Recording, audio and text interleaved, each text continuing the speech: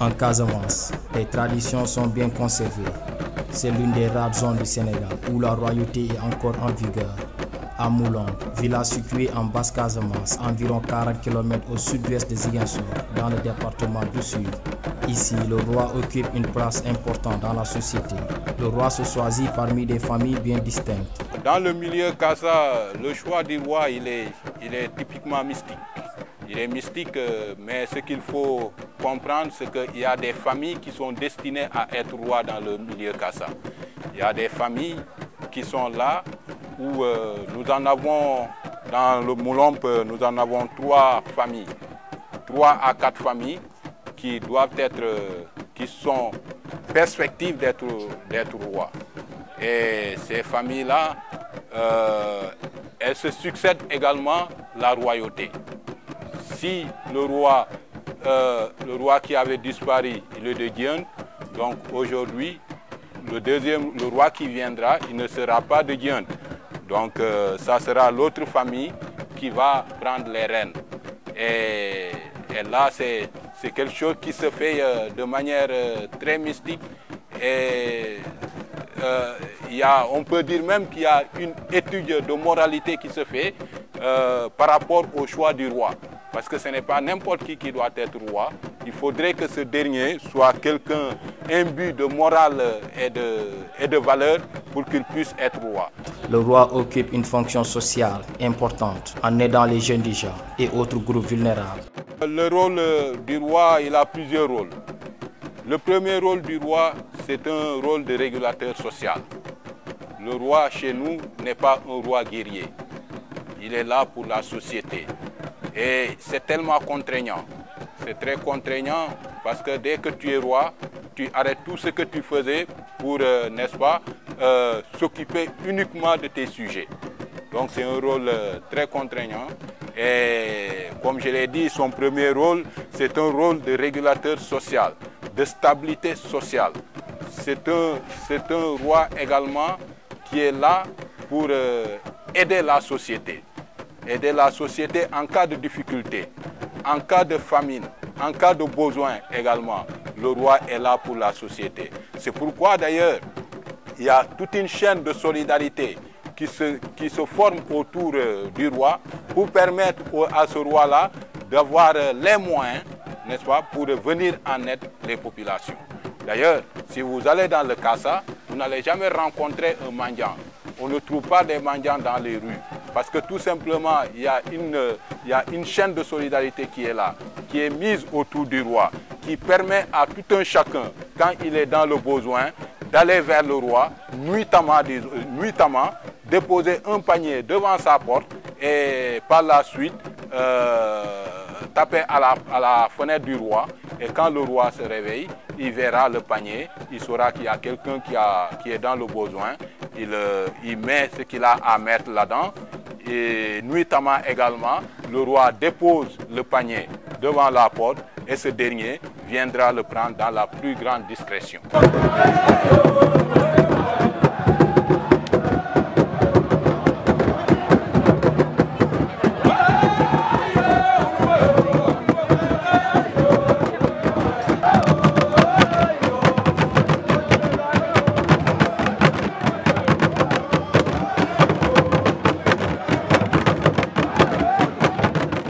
En temps de guerre également, quand le roi soulève son step, c'est-à-dire le balai royal qui tient toujours, tout un chacun qui tirait doit pouvoir s'arrêter. Tout le monde s'arrête, personne ne tire. Donc la guerre est finie. Donc c'est ça son rôle. Et si jamais quelqu'un, un homme en réalité, essaye de défier le roi et tirer, automatiquement, même ses partenaires tireront sur ce dernier qui a tiré. Donc c'est ça en fait un rôle, il a un rôle social, un rôle de stabilité sociale, un rôle de régulateur, un rôle de rassembleur. Donc aujourd'hui, le royaume de Moulomp qui vient de connaître un nouveau roi, aujourd'hui nous pouvons dire que tout va renaître dans ce royaume-là. Tout doit renaître et tout est en train de renaître. Parce que effectivement, tout ce qui était qu'on avait délaissé un peu, le roi va faire sa sortie. Ce qui fait peser la fierté de notre royaume. En fait, voilà des choses qui font que, n'est-ce pas, il est important chez nous d'avoir un roi. Je peux incarner un roi en milieu de là. Et ce nouveau roi qui est là va faire revivre ce royaume, va faire revivre cette région, et va revivre ce pays. C'est le bon Dieu qui l'a fait. Le choix qui a été fait à sa personne n'était pas fortuit. Il est guidé par les esprits de la nature, par les forces de la nature qui l'ont choisi à son insu sans lui demander son avis. Cela veut dire que lui-même en personne incarne le pouvoir qu'il attendait depuis sa naissance et qu'il faut donc aujourd'hui, quand on l'a intronisé, de le faire sortir, de le faire jaillir, pour faire vivre ce royaume, aux alentours de ce royaume, en Casamance et au Sénégal. Il s'en est suivi 7 autres rois avant l'actuel qui vient d'être intronisé. Durant 4 siècles, 9 rois se sont succédés au trône et aujourd'hui les populations de Moulom-Kassa ont la joie d'accueillir Sibylle Nsambou. Gardien de la tradition et de la culture Diola dans notre royaume de Moulom-Kassa. Cependant, durant ces 3 ans, le royaume était administré par un intérimaire du nom de Silondikaï Manga, membre de la cour royale.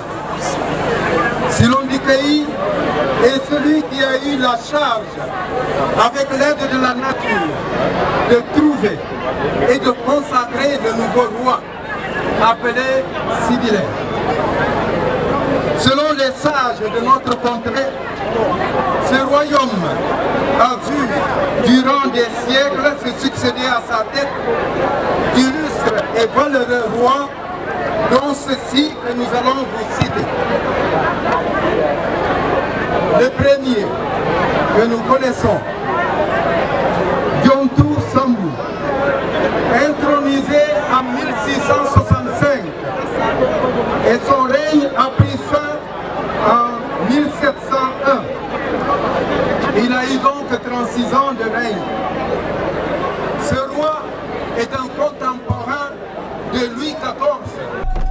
Et dans la tradition Diola, quand quelqu'un décède à un âge très jeune et de surcroît un roi, cela est vu comme un sacrilège, une malédiction. Avant ces 9 rois cités ci-dessus, il y a eu d'autres rois que nos sages ont jugé bon de ne pas divulguer les noms pour des raisons culturelles. Une des raisons que nos sages nous ont donné est que ces rois n'ont pas connu un long temps de règne et seraient disparus très jeunes. Et dans la tradition Diola, quand quelqu'un décède à un âge très jeune, et surtout un roi, cela est vu comme un sacrilège, une malédiction. Du coup, son prénom n'est plus prononcé au milieu de la société et ceux qui portaient le même prénom changent aussitôt de prénom. Ce que nous appelons en Diola Kassa, Kahulungen. Tout ce qui est comme photo ou papier pouvant constituer un souvenir du défunt est déchiré ou brûlé. Tout ce qui est comme photo ou papier pouvant constituer un souvenir du défunt est déchiré ou brûlé. Et c'est pour cette raison que les sages ont jugé que ces premiers rois qui n'ont pas connu un long temps de règne, on ne devait pas citer leur nom. Le roi de Moulom, Sibylle Nsambou, est toujours vêtu de rouge et porté à la main un balai de paille, sceptre symbole de sa puissance. Son prénom signifie recherche en Diola. On l'appelle Man, sa majesté, lorsqu'on s'adresse à lui.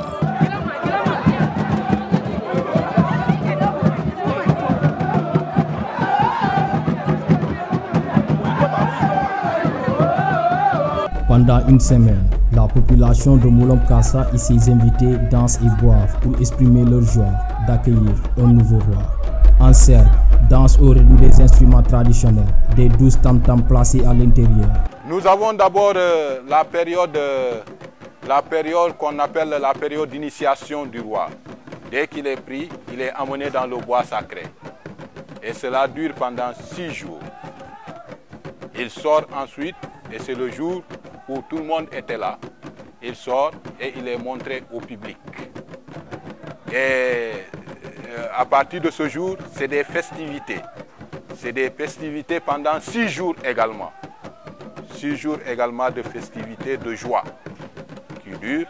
Et les gens dansent chaque soir, ils se retrouvent dans sa concession pour implorer nos ancêtres, toujours pour qu'ils puissent l'aider, n'est-ce pas, à bien tenir son royaume.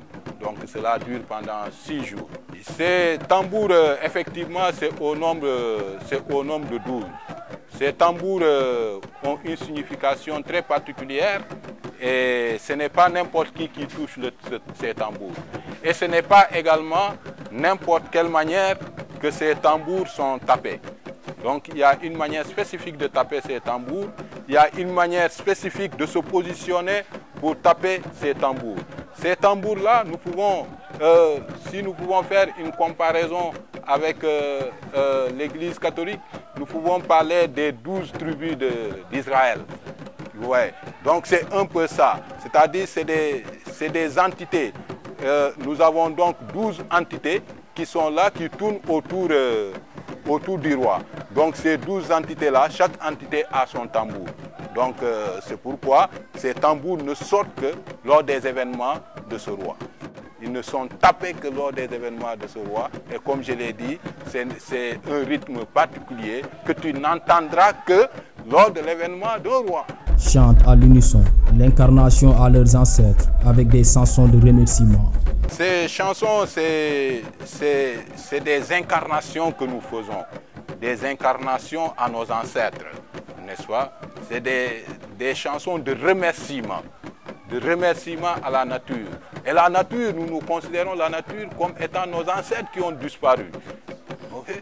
Nos ancêtres qui ont disparu. Donc quand nous les chantons, c'est pour les implorer, à nous aider, à ce nouveau roi de pouvoir, n'est-ce pas, supporter la charge qu'il a aujourd'hui.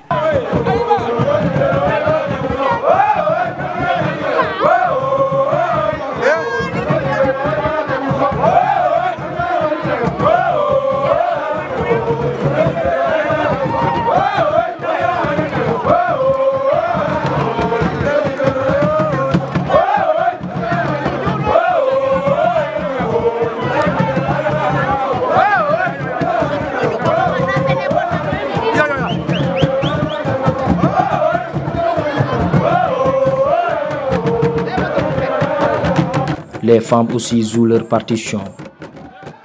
Et tenant à la main une queue de vache ou de cheval, qu'elles agissent dans tous les sens. Elles s'avancent et reculent selon le rythme et les exigences des mouvements de la danse. Les perles autour du cou et leur pagne noire ornée de colis en bas de tissu.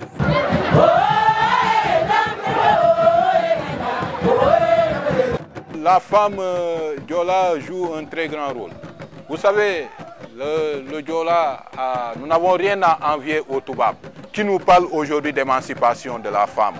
Nous, nos femmes sont émancipées depuis très longtemps. Les femmes ont le rôle à jouer dans la société traditionnelle Diola, a un rôle très important. Elle a un rôle de régulateur social aussi, parce que les femmes, c'est nos mamans, les hommes, ils croient beaucoup en eux, et nous, chez nous, en milieu Diola, la femme, l'homme croit beaucoup à la femme. Les femmes casamançaises sont les médiatrices et les gardiennes de toute la vie des communautés. Elles jouent le rôle de l'équilibre de la société. La population du Moulom Kassa retrouve dans l'organisation de ces danses traditionnelles des valeurs qui leur permettent de vivre en communauté. Ils connaissent bien l'hospitalité, le partage et le don qui se fait dans la plus grande discrétion, concilient les liens de parenté, d'amitié et les mettent dans les rapports de communion sociale.